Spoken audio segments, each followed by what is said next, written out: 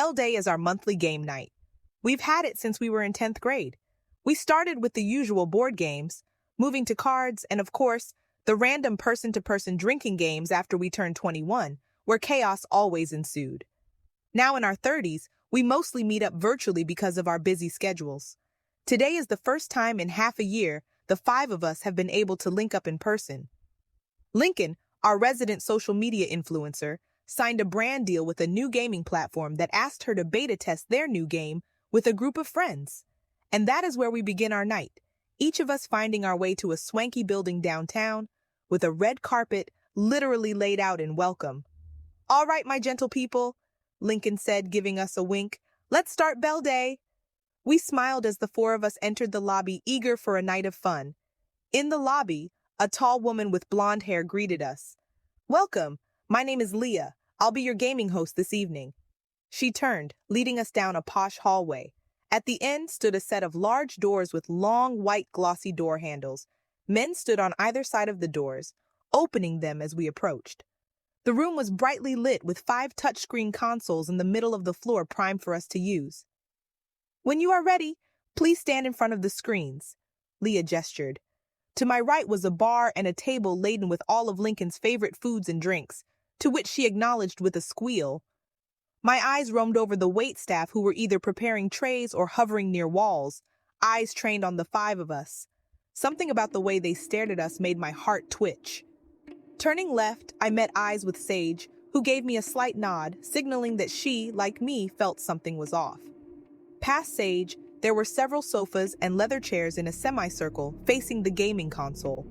The feeling of eyes watching me crept up my spine, causing me to shiver.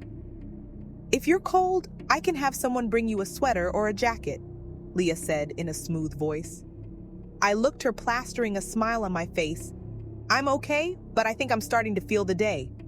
I made for the door, Sage 2 steps behind me. Before we could alert the others, we were bombarded with trays of food and drinks, stopping us in our tracks. Completely oblivious, the fellas and Lincoln smiled as they were ushered to the consoles, each taking sips and nibbles.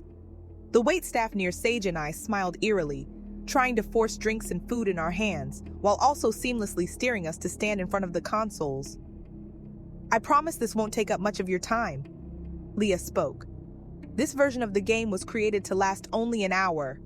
Her smile was as oily as her lip gloss as the 2 men standing on the outside of the door slid into the room, repositioning themselves to block our escape. Resigned to our respective screens, Sage and I continued to refuse the food and drinks. The screens flickered to life, reading, "Welcome, players. Today's game is simple. The last person standing wins." Alec and Ving fist-pumped, looking pleased with this rule. "Bet," Ving said, looking at his legs. "I'm a runner. I'm a track star," he sang, reminding us of his professional athlete status. Lincoln rolled her eyes. "That's all?" she asked our host. Leah smiled, pointing to the screen, which had changed to read, "Rule 1, keep your eyes on the screen at all times. Rule 2, keep your balance. Rule 3, you fall, you die." The machine flashed these words 3 times before vanishing. "In the game, you die in the game," Sage spoke up. I looked at her, she looked at me, and I could see out of the side of my eye that 5 of the waitstaff were positioned behind us, each holding long rods. "Sage!" Lincoln looked Sage up and down. "How much did you drink?" "Of course, in the game." She giggled, taking another bite. Leah stood with a look that said she was enjoying our growing distress. Alec chuckled. "That's fine. Losers get to relax and these hors d'oeuvres are slapping." He wiggled his shoulders, loosening up. "Even lawyers need a break," he said, referencing his career. Lincoln smiled, nodding in agreement, also taking the moment to shake any remaining wiggles away. "What's with the ridiculously long rods?" I asked. The other 3 finally noticing the people standing behind them. "Them," Leah gestured. "They are here to take care of you when you fall." "Define take care of," I said slowly, watching her closely. "You 2 are bugging," Alex said with a slight nod. "Loosen up." I took a deep breath, making eye contact with each of them.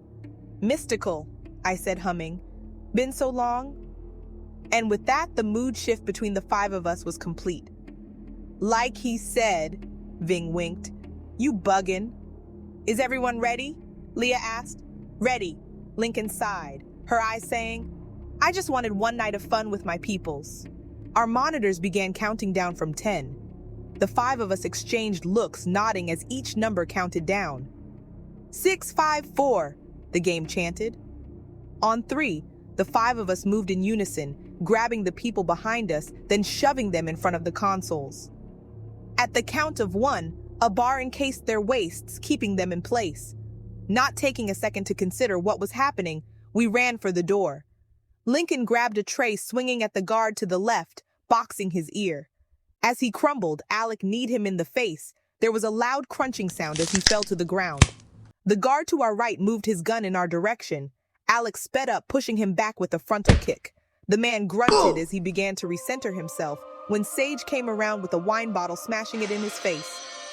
Glass shards rained down on us as we pulled the doors open, taking off down the hall. Piercing screams filled the hall from the game room. I guess they didn't keep their eyes on the screen, Ving said, punching a man set on blocking our way to the lobby. Alec in the lead, we ran to the glass doors, ready to ram them. Hands out, he pushed the doors with all his might, but instead of hitting glass, the doors gave, sending him rolling. There was an audible pause as everyone stood surprised. Half a beat passed before the 4 of us barreled out behind him. With his head start, he was 2 blocks away. Get them, Leah screeched. Running footsteps followed. Left, Lincoln yelled. Follow a block, left. Keep going, right, left, right here. We stopped at a lounge. The bouncer was surprised at our sudden appearance. Lincoln pulled a card out of her pocket, shoving it into the bouncer's hand. Eyes lit up, he turned, pointing to the stairs to the right. Rushing in, we followed Lincoln up 2 flights of stairs and into a room that overlooked the dance floor as muffled music filled the walls. Alec and Ving began to barricade the door as Sage, and I looked for another way out. Amani, take my phone. We're going live. Not the best time, Alec said, leaning on the chairs so Ving could leverage them in place. She's right, Sage said.